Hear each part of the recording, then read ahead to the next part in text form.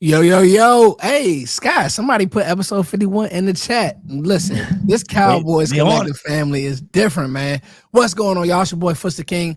A little tired, just got back from Hawaii, but I got good energy for this. And pre-show, we were waiting on Law. John's still at the Star, and he's going to give you guys, we're going to start with Law. Start with John as always, but I just got to tell y'all, this is the best podcast in the world. There's no other Cowboys podcast better than this. Skywalker Steele, John Machota. We got a loaded show for you guys today. So as always, we'll start with here's Johnny. Before that, if you will, hold on. Here's Johnny. Episode 51, I believe. Episode 51, yeah. Damian Wilson, right? Sounds right. Damian Wilson, I believe he was 51. Good one. Kyle Wilbur? I don't know. Oh, That's what it was. Nah, Kyle Wilbur. That's what I meant. Kyle Wilbur. Go one. Yeah. Go one. Hey, Good one. Damian Wilson. Let's stay there for a second. He had some nice. He wasn't bad. Like, Nah, he wasn't. He had great depth piece, great run to the ball player. Reminds me of one Shamar James. But anyway, we'll talk about that. Okay. John, take us away. What's going on? Boots on the ground down there. Yeah. Unfortunately, we can't post pictures or videos from these two practices that are at the Star. So that kind of sucks when you come off of posting 2025 off of each practice in Oxnard. But top plays for me. A nice deep ball from Dak to George Pickens down the left sideline. That's the one that the video that you've probably seen the most of. The Cowboys posted that would be the play of the day. But I will say Joe Milton had a nice touch pass rolling out to his right to Deuce Vaughn, put it over Sam Williams is running with Deuce Vaughn and just put it right into his hands. Didn't have to break stride or anything.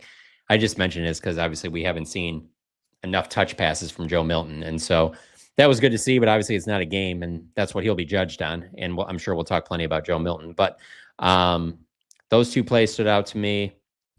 Kind of got a little bit of a scrappy fight on one sideline. Not anything where any punches were thrown, but it looked like just kind of got a little more physical than some guys were thinking. And so that was good to see. And then you have fans in the stands, so they were excited about that.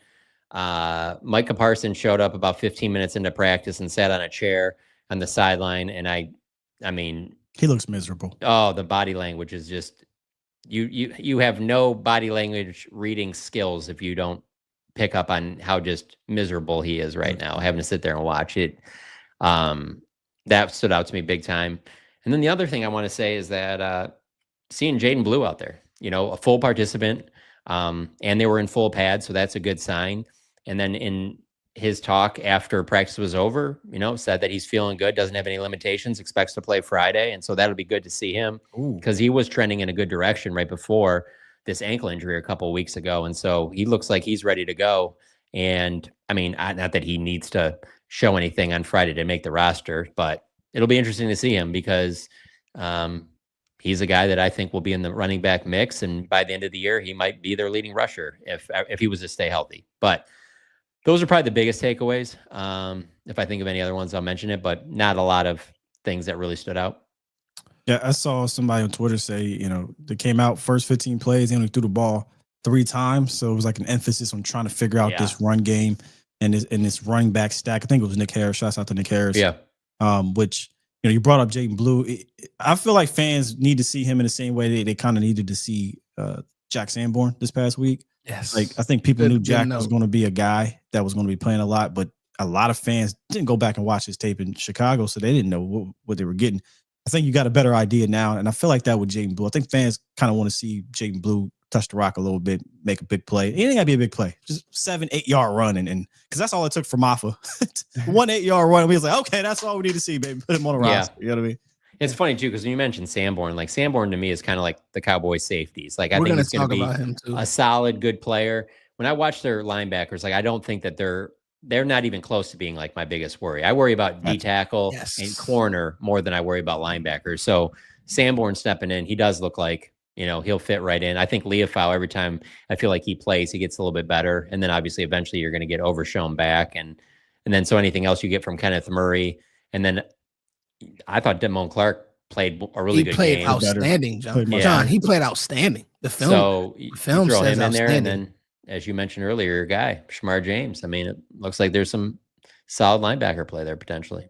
And so what we're going to do, and we're not going to start this week, but Well, we're gonna start a segment called "What the Film Says," and I think I want to give that to Sky, and I'll watch the film as well, and me and him will kind of go back and forth on it, and then John have you kind of tap in. So we can start that right now, y'all, and we'll start it with the preseason game.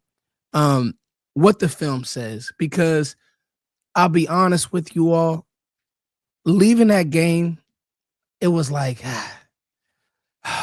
offense couldn't move the ball. Had the drop earlier from Milton. Milton still struggling. He struggled. It is what it is.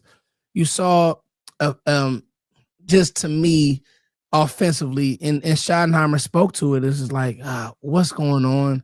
We're not really running the ball correctly. But the film, you cut on a tape, John, a player that we wanted to see, Tyler Booker. Right. Check. Linebacker room, John. I'm not talking about one player. I'm talking about the room. Shamar James, check. Damone Clark, check. He checked a lot of boxes. And then Jack Sanborn, as Skywalker Steele said, with Sanborn, he is never going to wow us athletically. He's never going to do some of the things that DeMarvin Overshown does. But John, he's going to be where he's supposed to be. And I think that's what's been missed. If you think about the stark difference that this defense had, we didn't have linebackers. Literally had safeties. Now we have linebackers. What did the film say for you, Sky? Right there on Jack Sanborn, I alluded to this the other week after the Rams game. I said, I think they need him in there to stabilize that position. I think you had a young Steele, and then again, I thought we saw him flash a good bit and play, made some plays in regards to Maris Leofau in the Rams game. But what I tried to point out was there were a couple plays where it's like you see him kind of guessing, and I think at the one touchdown, he just jumped completely out the gap. You saw Shamar James trying to figure things out. Even Damone Clark did not play well. Insert Jack Sanborn in that room, and it kind of leveled things out here a little bit. Jack was a stabilizing force in the middle in the sense that, he's going to be where he needs to be. He knows the defense. He's getting guys where he got to go. He plays way more instinctual than anybody, I think, in the room. And you saw that occasionally. He's not going to wow you, like you said, with the athleticism. He's not going to wow you in coverage with the athleticism. But again, in zone coverage, he was dropping back in the spots he needed to be. He made a fantastic tackle where they tried to confuse him with an over route behind his ear and then bring a shallow crosser right in front of him. He read that, snapped, and got him off the field. Mesh concept, Sky. Yeah, something like that. Yeah. So you saw like, okay, I'm good here. He's our middle linebacker. He's our green dot guy. That allows Maris, who I believe should be the guy to be the wild card, move around, keep him free. And we'll see with Murray. I wanted to ask you about that, John, because we kind of glossed over it. That's a great. What the hell is going on? He's not playing in preseason. Only linebacker that hasn't played in preseason. Is he practicing? Yeah, he practiced today. I think it's like a Javonte Williams thing where he's one of the veteran guys that, why though, John? Solomon I don't Thomas think he doesn't deserves play. that. Osa doesn't play. Really, there's a ton of veteran guys that, Malik Hooker's not playing. Donovan Wilson. I don't think that. I think that's where they put him at, is that he's like one of those veterans that they feel like that they've seen enough from him, that there's other guys that need to see stuff from. That's what's so tough about watching these preseason games, because they're just pieces of the puzzle, and none of it tells you what's going to happen Thursday night in Philadelphia. None of it. There's so many key pieces that aren't even close to playing in these games that are going to. And then having a new play caller, just like stuff that Turpin is going to do, and George Pickens and all this other stuff that it's going to be so different than anything we've seen in any of these preseason games, that it's like, I get it. Sloppy tackling, the offense isn't running the ball well, run defense doesn't look great. And so obviously those are going to be things that you're like, wow, that looks like last year. That looks like last year. And maybe it will be like last year, but we don't know that until they get out there, and I know there's some people that hit the panic button about stuff, and because they'll be like, yeah, I don't think Schottenheimer is going to have this team ready or things like that. You really don't know until they play that game on Thursday. And that's the other thing. When they play that game, we will have so much off of that. You'll learn 10 times more off of that game than you will off of even a month of training camp, because there's only so much you can get from that practice with the Rams. There's only so much you can get from these preseason games. There's only so much you can get from their practices like today, where how are you establishing a run game when guys aren't even tackling to the ground? You get thudded, and then you just continue the run. So could have been a 10-yard run? Sure. Could have been a loss of 3. It's hard to really project what it's going to be, especially because it's a team that does not have a clear bell cow running back. And so there's just a lot of questions that I go to these preseason games, and frankly, I don't even know how they're able to make money off of them. I don't know how people pay tickets to go to these preseason games. Now, like before we started the show, I will say, like I mentioned earlier, that of course, if you're talking about you get that Cincinnati Commanders game yesterday, that's a little bit different. You're getting to see a lot of starters in the first quarter. This isn't happening here. You're not seeing Dak Prescott. You're not seeing George Page. You're not seeing CeeDee Lamb. So you're not seeing Micah Parsons. You're not seeing Dante Fowler, Osa Digizua, Solomon Thomas. So as much as I'd like to sit here and tell you, I've watched all training camp, this is exactly how we're going to be this season. You don't know. I'll tell you, that first year under McCarthy during that pandemic year, no way would I have ever told you they'd have a 12-win season, let alone 3 12-win seasons in a row. So there's only so much you can tell from this. What you just said is what Shotty wants. He doesn't want you to know. He keeps telling us that. And that's, but doesn't it make you a little nervous though, that you're not showing any of it. And then all of a sudden you're just going to hit the ground running in a big game like that. There is a little bit of that. You don't have to show the whole bag, but it'd be nice to see a little bit more in a more competitive situation. It'd be nice, but it doesn't make me nervous. Yeah, like, it'd be nice to see stuff, but it doesn't make me nervous. No. Yeah. I forgot what I was getting at here, but yeah, I don't know. He that's what he wants to do. He wants to keep things. He believes that it is one of his biggest advantages he has going into week 1. Yeah, I don't think he's necessarily wrong. But I think maybe in closed practices, they might do more than what you see out there. Oh, they have to be. Oh, yeah. We can't be doing double reverses to Devontae Turpin, throwback to Dak to Pickens in week 1 if you're not working on it, Yeah. And a lot of what we saw, or what you guys have seen at training camp with the pre-snap stuff and some creativity and some of the overall, this is all the stuff is with Turpin, it's with CeeDee Lamb, it's with Dak, it's with Ferg. They're not running that out there. So this is what I was getting at, guys. Trying to evaluate scheme and game plan in preseason is a lost cause. That is silly, especially for this team. We're literally out there with 90% third stringers.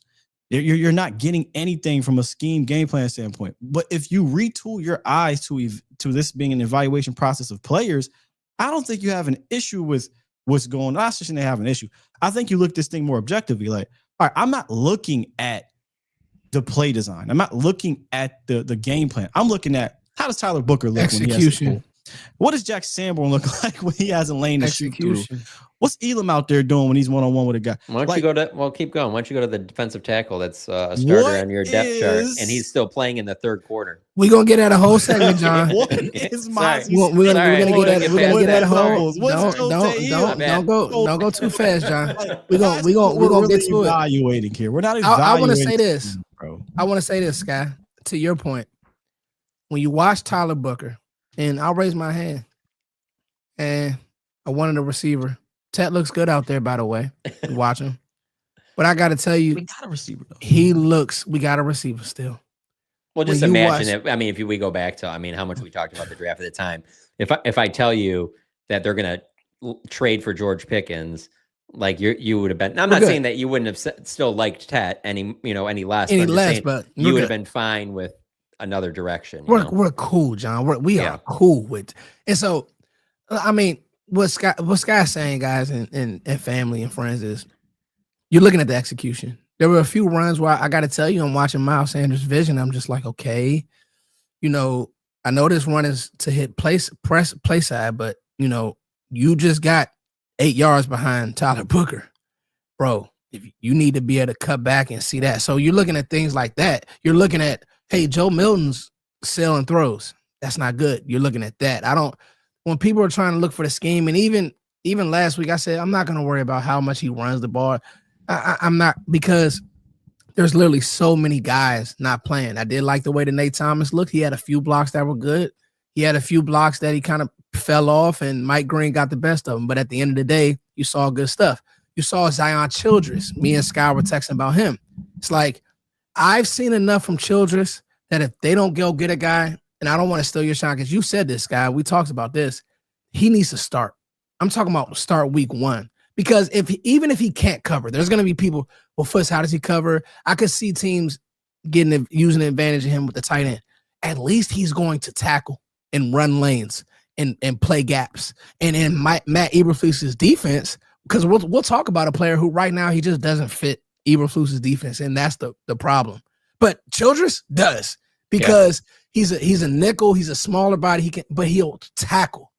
Eberflus is big on the basics, John. Like he says that's what he'll do. Go ahead, Sky. No, I'm just because look, man, I'm not saying there aren't things that you can critique here, but when the hell have the Cowboys ever looked spectacular in preseason? Because I saw my guy Toxic and other people. You're not concerned how the Cowboys look in when have they looked good in preseason during the 12-5 situation? No, if they were 3-0, would we feel any different? 2016 is the last time I remember. I'm talking recently. Yeah. When have they looked? I don't care how they look. I care about the individual process of some of these players. And I guess you could say it's preseason for the coach, but he's literally telling you, hey, man, y'all can judge me all you want. I'm not showing anything. So I'm waiting to criticize him when it really counts because he's not giving us anything to criticize on the field from a game plan standpoint and scheme standpoint. Like, if they look like shit in week 1 and week 2, yeah, let's talk about that because that's what really matters and the starters are out there. And I'm not saying you ain't got to talk about it. You're a fan. You can do whatever you want to do. But I ask again, how great did they look in the preseason in them 12-5 years? They look like shit. I'm sorry, I don't mean to cuss like that, but they didn't look great either. I've lived like there's no science to this. Joe Burrow plays in the preseason every year, and they start 0-3, 1-3, 1-3. There's no science to it, Good points, guy. If you just turn the knob a little bit and evaluate the players, you won't be getting so damn worked up about the results of 90% of your roster being third stringers out there playing. That'll never happen in a regular season, man. I agree. Law, how you doing, man? You at the Star? What's going on? What you seeing out there? Yeah, I'm at the Star. I'm still at the Star. The Wi-Fi connection here, it wouldn't let me connect with the Omni, but neither here nor there, man. I'm here. In Cowboy practice, I saw some deep connections with Dak Prescott to George Pickens, and I saw some deep connection with Dak Prescott to CeeDee Lamb. Did you guys already discuss that? No, we did, but I mean, what did you see? Like, John hit on it. He talked about the one to Pickens, but I think because we're talking about preseason, so this ties in well, right, Law? Right. What you guys saw today is the exact reason why I don't think fans should be going off the deep end because 4 is not playing, 88 is not playing, 3 is not playing, and we've said all off season these guys are going to win you games. Yeah. Those 3 names, like as much as we want to see the running game hit, it's not going to win you games. I don't know what to tell you, but it's not going to win you games. It can help you. It can, hey Sky, it can help. You guys, you ain't winning the game because Javonte Williams. I can promise you that. They're not going to win you games at all. And also, I have a special guest with me, man, Lando, man. He's right here with me. Yes, he was. What's up? What's up, buddy? Yeah, from the Lando show. The hot spot. It's a collective effort here on the Cowboys Collective. Yeah, nice. Collectively, that's hilarious. Yeah. So now we got a joint show, you know. That's funny. Special guest show. When you guys are talking about the preseason, though, real quick. So you're telling me that you guys aren't expecting Andrew Booth to have pick 6s in the regular season? I'm expecting running that thing back like he's. I'm expecting Andrew Booth in 6, but it's the other way. Yeah. Okay. It's the other way. Yeah. Hey, Foots, click the right one so this lines up. Click the right one. Let me see. Yeah.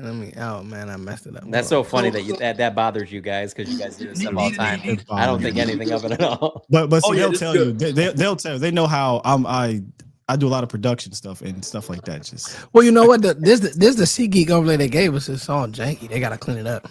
Yeah. We gotta get on post production. Hey, Mustafa, come on, man. I plugged Sky today for that specific reason. The production element, the production value is a different appreciate level. That. Yeah. It irks me, but no, I'll tell you this though with Booth. If Booth is playing, we in trouble regardless. So we go especially week 1. Yeah. Man, I'll say something behind it after the show. I'll say something about that. Just remind me to bring up Booth. Bring up Booth. There's something I want to talk to you about. Go. Yeah. Hey. So hey, Law. What did you think about Booker? We were kind of talking about him, and what did you think about preseason wise? Preseason wise, I think that it was good for him to get out there, get some physical contact. I think that when you look at some of the runs that he was able to block for last game, I think we can build upon that. I really look at it like I think that the coaching staff didn't want to continue to run behind him to show off his presence of his physicality. So I'm thinking that Shotty, I know we've been hit with left and right about this team what do you call it, holding back plays, withholding plays. Yep. But I think that Shotty is trying to do that purposely so that he won't tilt the hand off to Vic Fangio, who's by far one of the better defensive coordinators in this game. Exactly. Yeah, I think. I mean, I'll be honest with y'all. For me, I just didn't want his first NFL action to be, "Hey, go block Jalen Carter. Here you go." Like, I mean, because and honestly, they'll move Jalen Carter everywhere. But to me, I think that, and I was pleased with what I saw with Booker. I was really pleased with what he did in pass pro. And Sky, I'll never forget draft day. You would tell me, Foots, just let him. And I'm like, all right, I'm with you. Now, I can see where you want him to go against. And Myles Garrett last year. Yeah, say it again, John. I said, who do you want him to go against? Because like last year, you have all a training camp that Guyton goes against Micah, and then in the preseason, John is so funny. In preseason, he gets Max Crosby. Remember the Raiders played their starters in that. I know what John is doing. And then he opened up against Myles Garrett. I mean, you can't get baptized any more than that, and that didn't lead to anything great. So who do we? So who should have been baptizing Booker at camp? I mean, he's going up against Osa, right? Maybe a former first round pick. Hold on, Scott. No. Who should have been baptizing him, John? Go ahead. Who should have been baptizing him? If like you had like a former first round pick, like on the defensive line, like a really high pick. What'd you say now, Chuck? Mazi. Let's get to the elephant in the room. I'm telling you, real quick on that. When he was out there playing in the third quarter, I was like, that actually speak louder than words we on this texting thing. about that? We was like, me and Steele texted about he this. in the third, deep in the or not deep. I think it was the beginning of the third. I'm like, why are he still in? But I'll open the door. Everybody go around. Lando, feel free to jump in. Friend of the show, friend of everybody on here. All good. Right now, Cowboys fans have a hard time with expectation versus reality. The reality is this. Mazi Smith hasn't been good enough. I don't care what clip you show me. This isn't a shot at anybody. I don't care. Clip it up, whatever. I'm going to say it on my chest. Mazi Smith hasn't been good enough. John, I wrote your article. The fact that he's playing in the third quarter, the fact that we got a pick. Foots wrote John's article. Thank you. I appreciate that. Right. Okay. So right now, I'm not being good enough. I haven't been good enough. No, I just had to have fun with that. But still, I don't want to get long-winded here. Mazi hasn't been good enough. And the problem is this. I am the Mazi supporter. Right. I don't think me and Sky did a backflip when they drafted him. We were on the draft show on his channel. A to Z, the whole. Listen, hasn't been good enough. John, you wrote the article. It was a great article on The Athletic. I'll go around. What are we doing with 58? Because we went into this offseason saying, here's your opportunity. Hasn't been good enough. Can we set it up a little? If you do mind if I take this bounce pass real quick for the Ali? So Shotty had a press conference that said and coaches don't do this. This was really shocking. There will be surprise cuts. And I believe John's article kind of alluded to that. Who could it be, if I'm not mistaken? And Mazi Smith's name popped up. So would it shock you, and kind of where you at with that, John? Make sure y'all read the article. Yes. Yeah. The only reason it would shock me is just because he's a first round pick, and generally you're not going to move off of a first round pick after only 2 seasons. But they didn't give Taco more than 2 years. It was a little over that. It was in that early in that third season when they parted ways with him. They gave Tristan Hill about 3.5. So the thing that I mentioned in the article is that Jerry always likes to bring up this Tom Landry line about how you got to give defensive linemen 3 years before you know what you have. And while I understand that, and maybe that's what Jerry thinks, I feel like if you have Brian Schottenheimer and Aaron Whitecotton behind the scenes saying, yeah, this just isn't it. This isn't going to work for us. We got to go out and get some type of a veteran. We got to move on from this. I don't know how you disagree with that. Give those guys what they want. And so like I said, when he was playing in the third quarter on Saturday, that was pretty alarming to me. Now, hey, we're out here today. The ones go out there. He's with the ones right next to Osa. So I think that they're trying to give him every possible way to build confidence and feel confident. But I don't feel confident. I don't know. Do you guys feel confident? No. Like you said, and Shotty actually said it too. It's one piece of the puzzle right here. There you go. What's up, y'all? Yeah. Hey, what's up, bro? Yeah. What's up, one bro? piece of the puzzle. It's an evaluation period, right? So, and yeah, the reps are necessary, and so, you know, it doesn't guarantee anything, but what it does guarantee is that we still don't know enough. And if it's us not knowing enough means, hey, we're willing to bite whatever's guaranteed. I think 13 million left on the contract. It's still a first round contract we're going to talk about here, so that's a factor too. The finances are in play. But no, the answer, John, is no. It hasn't been good enough. Nobody can say that it has, but if it's not Mazi Smith, then who is it? Where is that help coming from? I need that question answered as well before I am just, ready to part ways. It's the nature of who is what they're going to do it for. But yeah, I think that this defense, unfortunately, this is a attack-style defense. This is a shoot, one gap, get upfield, and an attacking-style defense. That's not to his strong suits right there. And I get it. Mazi may have played well against, twos and threes. And that's to the point that you guys are even saying that it's not good enough, because when it's against the ones, it may take him further to develop. So cut your losses, see what you can salvage up, bring a fresh body in here that fit your mold. And I think that this team needs that. If they're really serious about the 2025 season, get you a big boy inside that can do those things that they're looking for. Yeah, it's funny the way that you say it, because it is true. It will tell you a lot about what they think about this team if they just roll with what they have right now. If there's no move for another corner and there's no move for another defensive tackle, that to me, I just can't take that serious. It's pure negligence. And look, I'm just going to quote what Mazi said and what Coach Flus has said. And you guys brought it up, or at least Law brought it up about the attacking scheme. That's Flus said we are an attacking defensive front, and we want him to be able to do that and do it right. And we're still evaluating the room. I mean, that's not necessarily a loud ringing endorsement. That's, hey, we're still figuring out if he fits this scheme. And Flus said, hey, this is new to him. He hasn't done it before. And we're still evaluating. And this is what Mazi said. I'm surprised people aren't really going and listening to what Mazi Smith said last week in his interview. A lot of people refute a lot of the things that, we have said about, hey, he has to be better at this or more consistent, et cetera. Number one, get off. People dismiss the get off aspect. They asked Mazi Smith about it. He said, I have to keep getting off the ball. Like, he's telling you, I have to get off the ball. Get off matters. Flus just told you we're an attacking scheme. People hold on real quick on that one, real quick. That one is what blows my mind, because it's not like he's this overweight, unathletic guy. I mean, I keep going back to how he was the number one guy on Bruce Feldman's freaks list for all these different things he could do. And for him not to have get off, that should be the least of the worries that you have from that. It's such a head scratcher to me. But John, it's not about athleticism.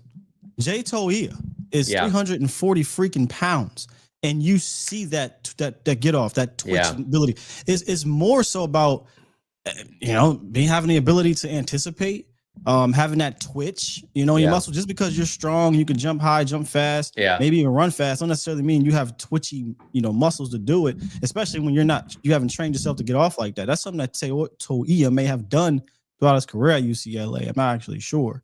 Where at Michigan, they were two gapping and they won't really get upfield like that. But you see him, this is the thing, you see him do it from time to time. It's just putting it together over and over. Another thing that gets dismissed, which should not be dismissed, is the mental aspect of Mazi Smith. When we have brought up, hey man, the mental part is real. He was going through some things. He's trying to figure it out, whatever.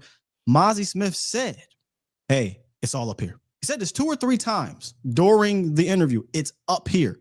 I didn't make this up. Sources didn't make this up. Coaches ain't making this up. He said it's up here. He said, I have the ability, I have to put the traits on the field, but it's up here. He is telling you there's a mental aspect to this game.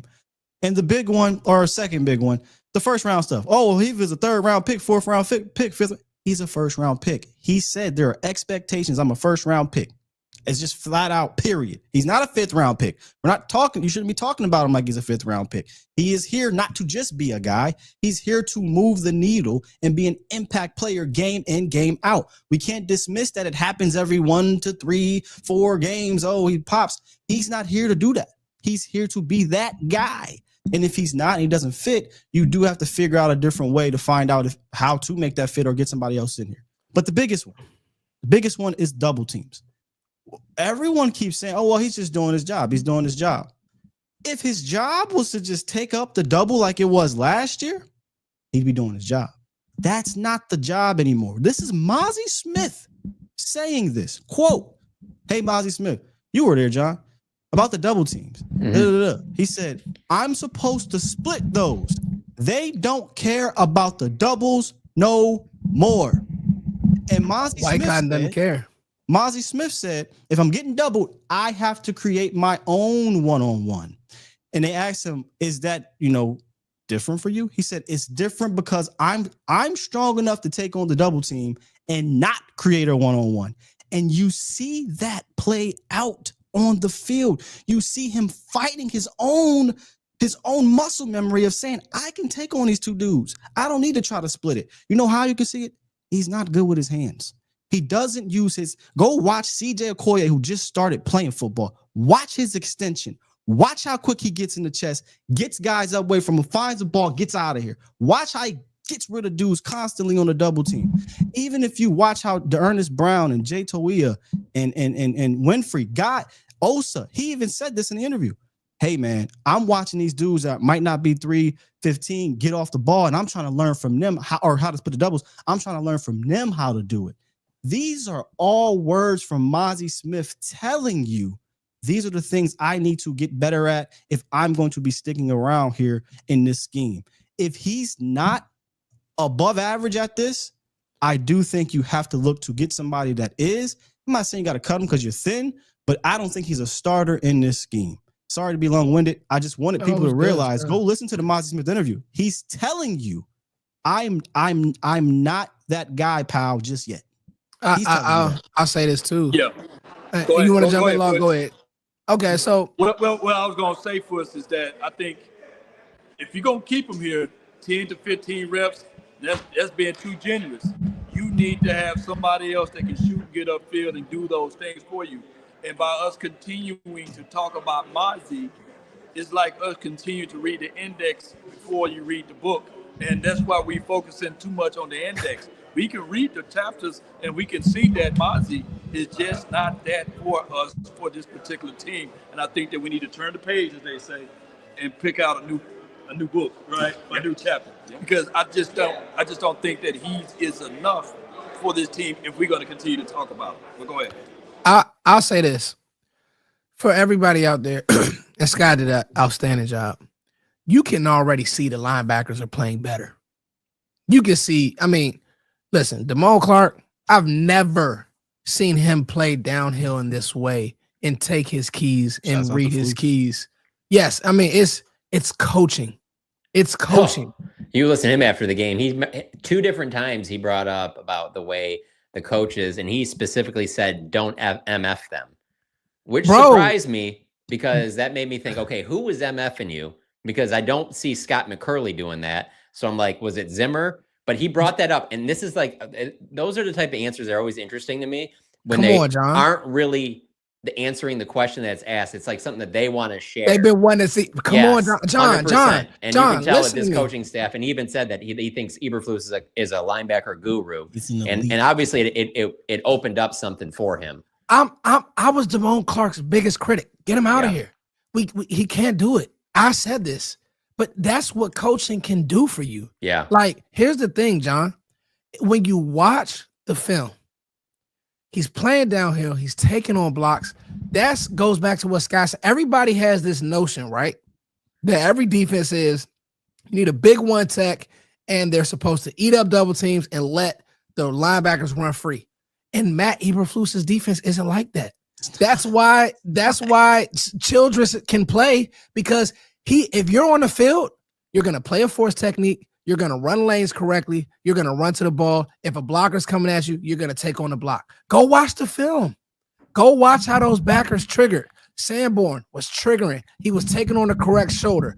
Damone Clark, it was only one rep that I saw where he didn't take on the correct shoulder and they got the edge. But you can see, and even how he uses his ends, you guys see they're in that super wide 9. Now we're talking football. Now we get this is what we can do on this collective show. They're in those wide 9s, but they're not always just jumping to the edge and playing outside contain. There's a lot of times where Sam Williams was going in that upper that tight C gap area, and then Damone would come over and be the force guy. So it's those things run fit wise. That's why Matt Eberflus has had good run defenses his whole career, because he's gonna make sure that if nothing else, we're gonna stop the run first. You're not gonna gut me that way. And Matt Eberflus isn't a BSer. You could tell he's not gonna do that. It has to be done this way or you're not gonna play. And that's what's going on with Mazi. Mazi is, people will find a play or two. Bro, Mazi's on the ground too much, John. He's getting literally pushed out of gaps. It's over. It's over. Well, so one of my things with it's just, I have some questions still, because I agree the attack front stuff is something that you hear Aaron White-Cotton say all along, and even Eberflus himself, he says the same words, he reiterates it. But then 2 weeks ago, for the first time, I hear the word anchor, so my mind just starts spinning a little bit. You know, I'm starting to just ask myself questions. My worry is, regardless of whether if I'm looking too deep into the anchor terminology, right, Mazi Smith or anybody else on the interior for that matter, whether it's Solly, Osa, carry on, whoever, the margin for error is just so thin. Everybody is trying to do one thing, just penetrate. You just make it almost easier for the opposing, another 330-pound grown man using all of your leverage and momentum to your detriment, and so the propensity for negative plays and TFLs and things like that is real, but it's also, you can just as easily see one get sprung for 20 plus yards. And so I'm really interested to see what the philosophy is, and can it be multifaceted? That's my question. I do think Eberflus' defense can. There's flaws in every scheme. There's holes in every scheme that, and that may be a flaw, but there's no denying everywhere that Flus has been as the defensive coordinator leading the defense, 90% of the time he's equipped solid run defense. Not even just solid. I mean, top 10 type run defense. So clearly his way works. But the question is, do we believe we have the horses to make it work? That I think is something that a lot of fans will question and has to be answered in the regular season. I think he does at linebacker. I think I like the defensive end room. I think the defensive tackles is where the huge question mark is at. And if these guys aren't up for it, that can derail everything. It doesn't matter if you can get two guys to the second level with ease. I don't give a damn what your scheme is. So my thing to you, Lando, is this, right? We've seen Matt Eberflus play the run better with, to me, less talent. He hasn't had this linebacker room, in my opinion. This linebacker room is going to be good. That one year when Shaq Leonard was ripping it up for the Colts when he got, I think he even got defensive rookie of the year. Speed. I mean, he's had a couple linebackers that have had fantastic seasons over there. But what my argument would be this, John, he is a part of that reason. He is the way to truth. I'm gonna just say it, bro. When it comes to getting a player over the hump, it's him. It's him getting players better. And I think that's where, and him also saying, we're going to play it this way on purpose, and it has to be done correctly. And so that's what I see. And you see it on tape. So it's not one of these things to where it's like, we're guessing. And he hasn't even, I don't think he's gotten in his bag. I really don't. And you could tell he actually talked about the same thing that Shotty's talked about. Like, they're not showing much. Yeah, so which is kind of wild because the Ravens were definitely bringing different blitzes and stuff like that. Like that, I don't think that the Ravens were like super boring game plan or anything like that. He got a little. He showed a little something. Though. I ain't gonna hold you. They did you see that interception? They kind of changed the picture, turn that cover one to like a cover three buzz. That was a little creative. I was actually, okay, he did get in his back, and guess what? It worked. Yeah. When he gets Micah, y'all, just get ready. Micah kneeling, he's going to be Matt Eberflus has never had a player. He's never had a player like Micah Parsons. He just hasn't.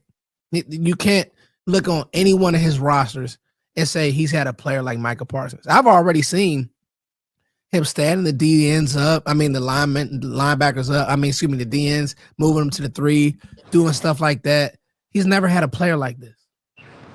Just look at, if anybody still needs any sort of contextual evidence to understand what we mean when we're talking about just penetrate and then linebackers and safeties even coming down and filling all the gaps according to their specific responsibility, just go watch Zion Childress. Yeah, that's not even a linebacker. That's a nickel corner that's firing and penetrating and breaking down like he is a linebacker at 200 pounds and just, textbook. So just all that type of stuff, whenever you start to incorporate some dudes that have done it at a high level before, then it gets fun. But still, for me, it's just that underlying question I can't break free from as far as questioning what this team can become. It's, you got to earn your right to get after the quarterback first and rush the passer, So it's, man, I'm anxious to see it. So it's going to be real nice, man, when we look at everything on how, Matt Eberflus, Aaron Whitecotton, the unique relationship that they have together on this front, man, it's going to be nice. Yeah, it's cool seeing those wide alignments are Whitecotton. He did it with the Jets. Yeah. Those super wide nines. Yeah, those super wide nines and all like that. So a little bit of it at preseason. It's the candy. It's the what you call it? The surprise attack, because they're trying to funnel you to run inside, and the linebacker's going to come down and field. Right. It's absolutely, Law. Candy away from the baby. Yeah. I think he plays games with his hands, and I think that's where he lets Whitecotton do his thing. Like, hey, what you got? What's your call here, Whitecotton? Oh, we got a knife call or whatever they call it in their scheme. And then, okay, and it's gonna marry on the back end with the backers. And I think I think that's awesome stuff. Another thing, so a few other things that happened in the preseason game that affect the team. Mingo, how much does that injury play on the receiver room? Because I have thoughts. Like, I thought it would have been hard to cut Flanoy. I think that he's going to make the team now. I think he's the best blocker on the team at receiver. Yeah. Now I don't know if you. That's how you separate yourself. That's it. Run blocking and what you provide on the third phase of football at the special teams level. That's where Jalen Brooks may separate himself. But you're right. That's it right there. Yeah. That's a conversation we're not having enough of. Let me punt something to John right quick, and let me see if he can return it for me. The IR rule. What's the IR rule as far as these guys going into the 53-man roster? Because can they do the IR designated to return for Mingo, or what's the storyline with the IR rules? Yeah, Mingo is going to be a guy who would have to start the season. I mean, he'd have to be on the 53, and then you can put him over there. Like guys like Savon Ravel and like Diggs, like those guys can go over there, and you don't have those. They don't count against 53. But to keep Mingo and have him come back because the injury happened in training camp, he has to be on that initial 53. So, as far as I understand it, and they do change from every couple of years, but as far as I understand it, he'll have to be on that 53 if they want him to return. And it's not a major injury. Like, I mean, that's why like Sky was texting me during the game, like, what's the deal with Mingo? And I was like, I don't even think it's that serious, because normally if it's a serious knee injury, they go from the tent to the x-ray room. They usually stay in the locker room, and he was just hanging out on the bench. And then so talking to him yesterday, he was like, yeah, I think that's because when the injury happened, you have all that adrenaline flowing and you're not really feeling it. And so he didn't think it was going to be anything, noteworthy. But it seems like, yeah, from all the reports, maybe miss a month. And so, yeah, that opens the door that I think that they have to keep either a Flanoy or Brooks. And then there's obviously Trayshawn Holden, who I just feel like he's the one that has the most flash plays. But Flanoy's got probably the more skins on the wall. And he's obviously the bigger body receiver that kind of fits a little bit more with what Mingo is. So maybe that's the guy there. The one thing I will say, though, about all these roster cuts, though, is it's not very often that they lose these guys. As much as fans panic about if they let this guy go, most of the guys get back to the practice squad. I mean, every team has a couple of receivers that like that other teams are going to be looking at. I'm not saying that a Holden or a Flanoy or Brooks couldn't get picked up by another team, but there's just not a lot of those.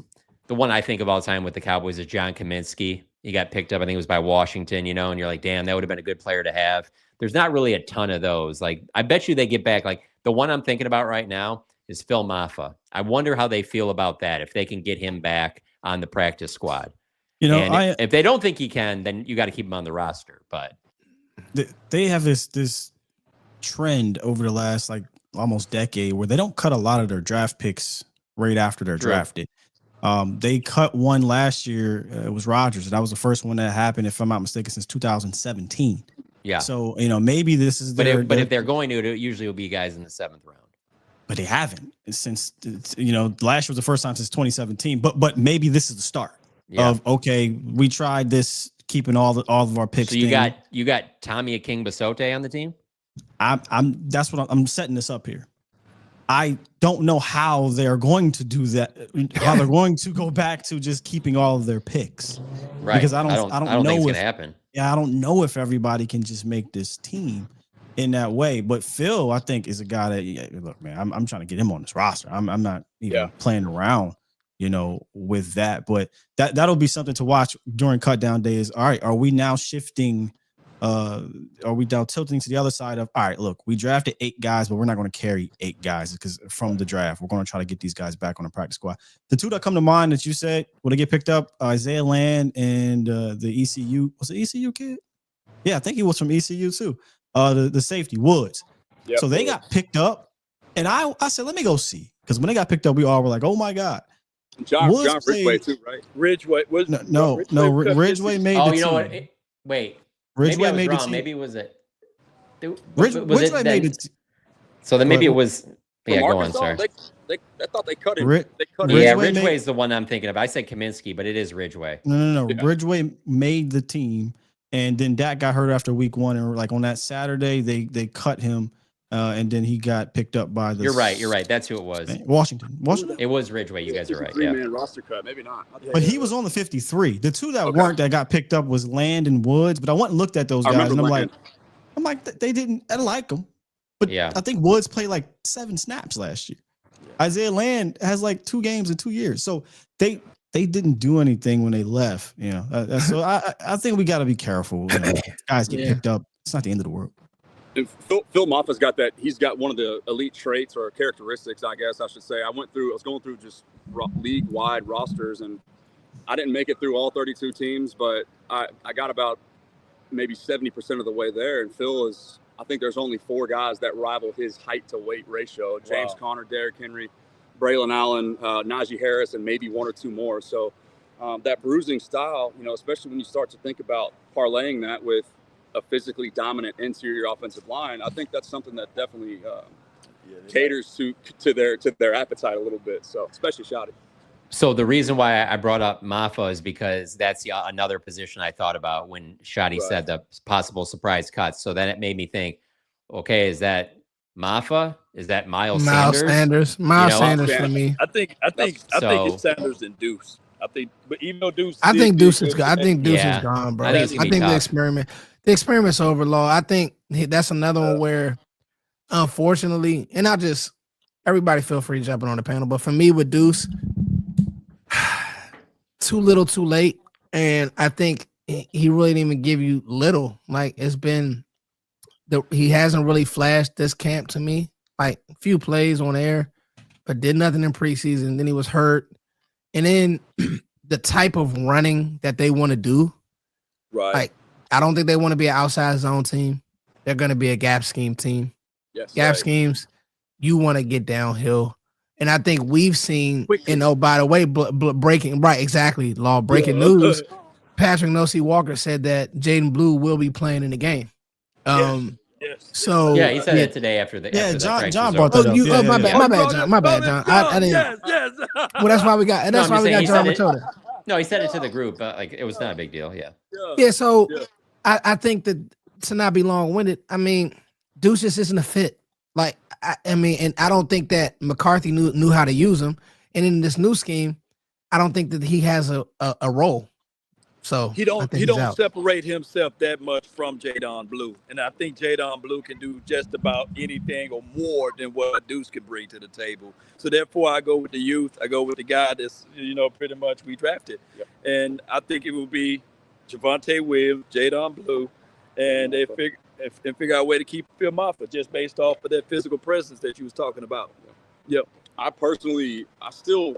And Hunter. Yeah, of course, he's a given. Yeah, the versatility is enough there, but I really want to say that I have seen Deuce Vaughn get a real shot behind an offensive staff with an identity in the running game, right? I can't say for certain that I've seen that, and while yes, we've seen him in limited action in the preseason, we've already agreed the preseason is it's a different product than what we're going to get in the regular season. So does the coaching staff know something that they know as far as a plan, a scheme, a role, a fit for Deuce Vaughn?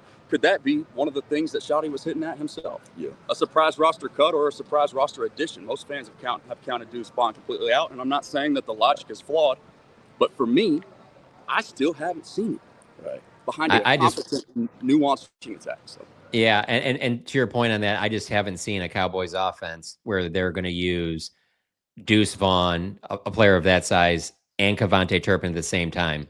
Like, it was hard enough for them in the past to even use Kevontae Turpin in there. Clearly, they're going to use a lot more of Kevontae Turpin this year. If he's not on the team, I think that would open up a role for Deuce, but I just don't see them, especially when and here, let's be honest, like, if they felt like they could do all this stuff with all these guys, like, you wouldn't feel the need to go out and get George Pickens. They knew that they needed to get another big-time playmaker on the perimeter, and then you have Deuce and some of these guys play something off that. But I just don't think that there's going to be enough touches to warrant the roster spot, just because I do think that they're going to have to keep an extra offensive lineman or an extra defensive lineman somewhere in there that you're not maybe thinking about right now, just because those names don't stand out as much, So I just think if there wasn't Turpin, I think that he'd have more of a chance. I totally agree. That's honestly what makes it outside looking in for me, because if you're not one of the top two ball carriers on the roster, then you better play special teams. Yeah, and that's not going to happen. So here's my question though: what if Deuce Vaughn is one of the top two pure ball carriers on the roster? Can we all eliminate that from being a possibility with certainty, or is that fair to speculate? I don't really know. Deuce is not going to be one of the top two ball carriers on the roster. I mean, they've already told you the one is going to be Javonte Williams by not playing him at all in the preseason. So you got one down, and I just don't. I think it's going to be Jaden Blue. I mean, to me, he showed the most before he got the injury. Like, if he doesn't have the injury, we're not even having this conversation. It's just like, it's a foregone. Oh no, Jaden Blue's the other one. Like, he was trending in a good direction. He talked about that today too, about just how he was feeling so confident where camp was going, and then he had that ankle/knee type deal where he got caught in the grass. So if he's back, I think your 1-2 punch is Javonte Williams and Jaden Blue. Hey John, speaking of punches, I'd be confident with that. I like that. Yeah. Hey John, speaking of punches, I saw one of the best comments. Oh boy. And we just haven't. You guys don't understand how much I appreciate my job. I'm not trying to get arrested here. Hey Scott, you want to? I saw a funny comment today. There were some people so when Jerry talked to the fans before the practice started, at one point in the middle of him talking, someone yelled out, "We want Micah," and somebody responded. They were like, "I can't believe everybody's just not booing him." Like, throughout all of it, I'm just like, if you're the type of fan that all you want to do is boo Jerry Jones, you wouldn't even go to that practice today. You'd have no interest. You're not watching the documentary. You're not going to the practice. You're probably not even going to games because you're so fed up. So I didn't expect the fans to boo him like that, but this is the most that fans have voiced their displeasure for him since I've covered the team. Yeah, no, I don't want to get into it. But nobody needs to be slapping anybody, so no. Yeah, that's funny. Hey, Scott, you want to hit us with the? Yeah, man, I was going to say, if you guys are looking to, look, I know there's some fans, like John said, that won't be going to the games, but if you do want to go to the games, make sure y'all hit up SeatGeek. With over 28 million downloads, SeatGeek is the #1 rated ticketing app, and they have over 70,000 different types of sporting events, festivals, concerts, all of that. Just head on over, download the app, and make sure you find the best deal by looking for the green dot, not the red dot. Red's bad. Green is good. You get the best deal. They also have a rating scale of 1 to 10, so you know how good the deal is. But here's the best part. You get $20 off if you use our promo code. Can you put that down there? Can you put that down there for us, Foots? Our promo code, Cowboys Collective, $20 off. That's right. Cowboys Collective is a promo code. Hit them up. Shouts out to SeatGeek.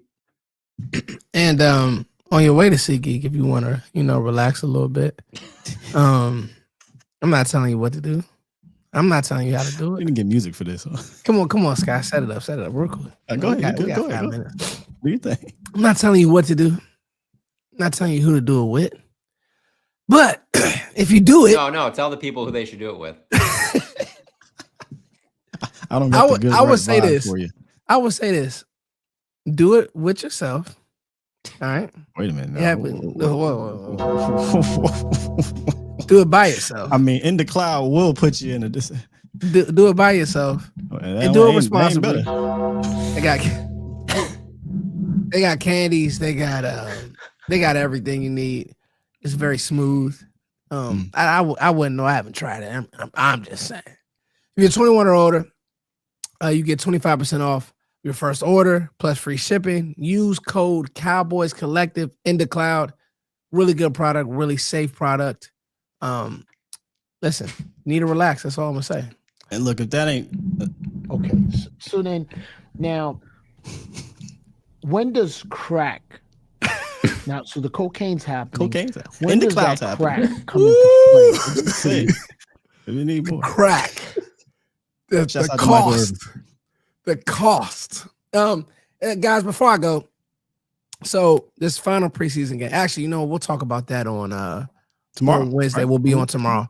We got 640 people in here strong. And we back tomorrow. And I just want to say, guys, starting the season, the schedule will be Monday and Thursday. So we're kind of all over the place in the offseason. It's been a great offseason. Now, I got one more topic, guys. And Brian Schottenheimer talked about the physicality. But I always wondered, how do you get more? Like, John, you said it. They came out today and they started with a bunch of runs, right? I'm just at the process and I'm just at the thinking. I don't know how you're going to get more physical without just doing it live. It's just like guys going on, because even in practice, how much hitting can they do? Because I don't think you can just change that part in 3 minutes. Yeah. Here's my biggest issue. This is all I'm going to say, and I'm done talking for the rest of the show. No, you're not, John. This is just my opinion. You're the offensive play caller, and I understand the history of that. Brian Schottenheimer has this history of running the ball well. But you're giving Dak Prescott, CeeDee Lamb, and George Pickens. When it's nut cutting time, they're throwing the football with this team. I'm sorry.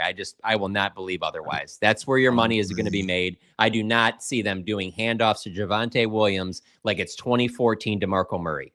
I'm sorry. Like, maybe one day it'll evolve to that under Brian Schottenheimer. This year, I just do not believe that will be as much of a focal point as being said right now. Yeah, we've had that conversation here.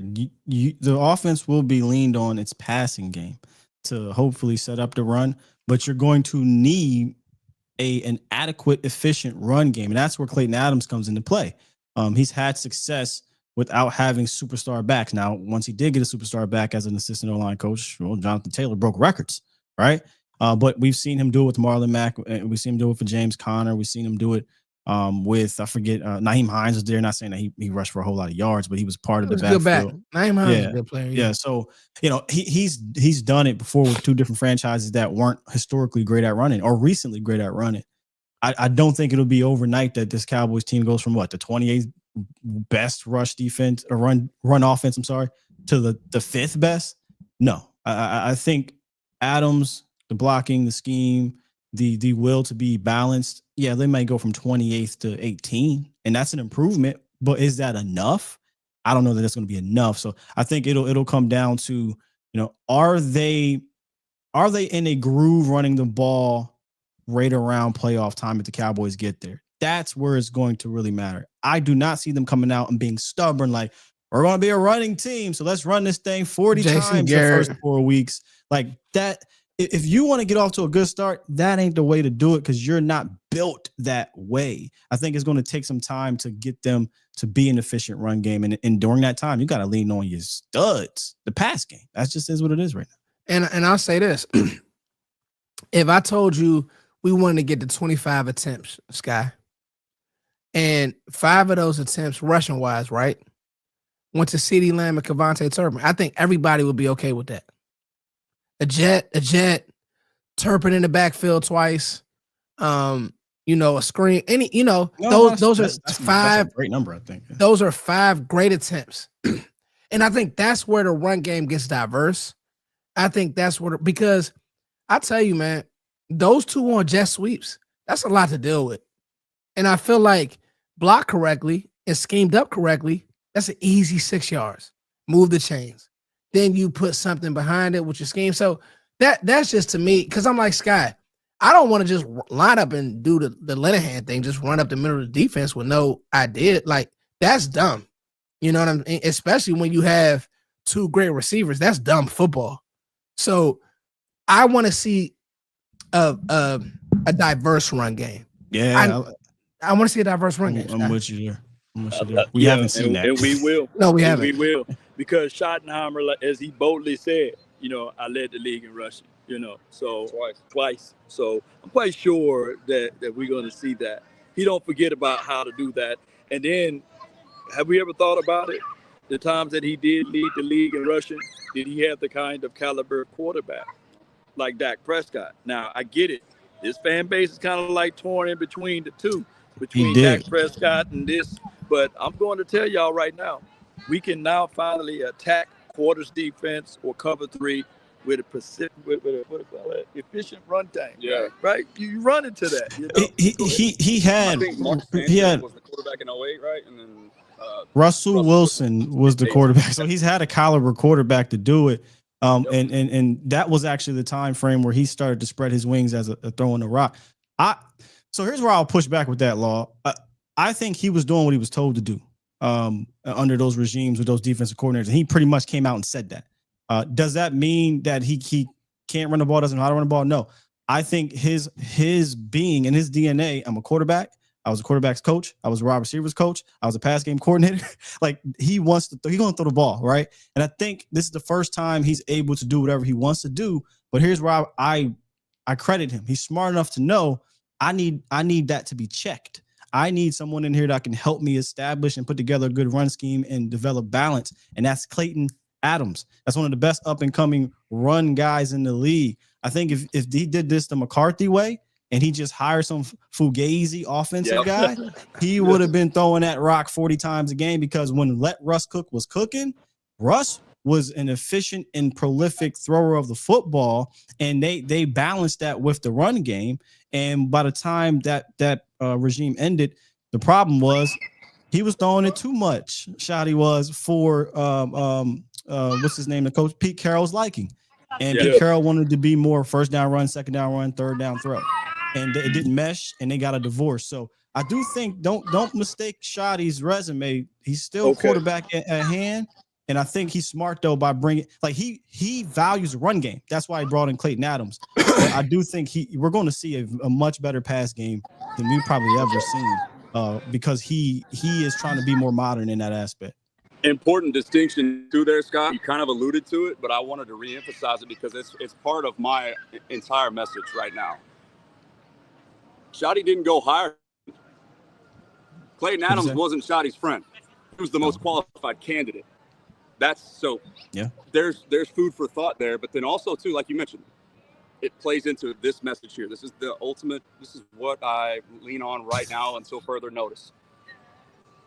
Listen, we haven't seen Shoddy with full autonomy without having to answer somebody else. That's what Sky was just talking about. I'm saying, this is his first time. This is it. So withhold everything until you absolutely have to. Don't give Vic Fangio any tells. Yeah. What are we talking about? Somebody in the chat said Shoddy called that INT throw in the Super Bowl with the Seahawks. Hey, dog. If you think Shoddy was with it, the Seahawks in 2012. Welcome back to Earth, bro. What are we doing? Yeah, Shoddy was on the staff at USC with Pete Carroll when they handed the ball to Lendell White instead of Reggie Bush. Yep. Yeah. Hey, man. I want to say he was somewhere in like St. Louis, maybe. I don't even know if he was in St. Louis at the time, but all jokes aside, he was not on the Seattle staff in 2000. Was it 12 or 13? One of them years, 13 maybe. I forget when that game was. I think it was 13. I think it was 13. Yeah, he wasn't. But look, guys, what a great show. Somebody said wake up for us. I'm actually not tired. I'm actually still on I'm like 6 hours behind. So he probably watched the rounds. Some Adderall. They tell me to get some Adderall. Yeah. I'm actually very focused. I'm good. What does Adderall make you do? Matter of fact, John, make you focus. We can talk about this. Depends. Are you drinking alcohol with it, or are you just taking it on your own? Do not drink alcohol with it. You won't feel a damn thing till it's too late. Get the Endocloud. You got focus. Yo, Adderall will have you so focused on the most dumbest thing ever, my boy. I'm gonna tell you a story. Yeah, mixing some alcohol and it gets even dumber. I'm gonna tell you a story. All right, this is what we'll do. We'll end this. We'll see y'all tomorrow. We got a lot to talk about tomorrow. Does Shoddy talk tomorrow, John? Yeah. Okay, so we'll get Shoddy. And then when is the cut? Is the cut right after the game or is it the Monday after? No, it's after. It's the 26th, I believe. Okay. Yeah. Okay. So, all right, guys. Much love, Lando. Thanks for stopping in. Hey, man. It said you smoking cigar weed foots. Marvin going crazy tonight. August 26th at 4 Eastern time. Okay. All right, for sure. All right, man. Much love to y'all. Have a great night. Cowboys Collective, the best podcast in the world. We love you all. Peace. That law.